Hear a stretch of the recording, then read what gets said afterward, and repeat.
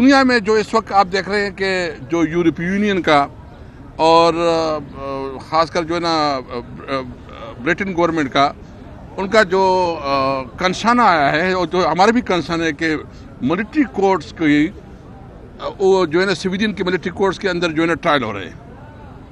اور مجھے افسوس بھی یہ ہے, مایوسی بھی اس پہ ہے کہ سپریم کورٹ کا جو فیصلہ تھا اس پہ ہمیں شدید مایوسی ہے کہ جب کورٹ جو ہے نا وہ اختیار دے دے اور وہ آئین اور قانون سے بالاتر فیصلے کرے تو پھر عام عوام کدھر جائے.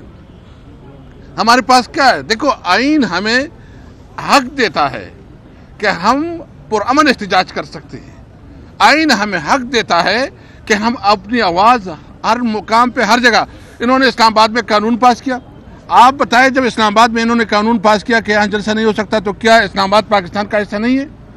کیا آئین میں یہ بالکل واضح نہیں ہے کہ تمام سیاسی پارٹیاں, تمام آرگنائزیشن, ہر شہری اپنا پرامن احتجاج ریکارڈ کر سکتا ہے؟ تو وہ قانون تو آئین کے خلاف ہے, وہ تو آئین کی خلاف ورزی ہے, وہ کنٹراڈکشن ہے آئین کے ساتھ, اس کی تو کوئی حیثیت نہیں رہی ہے.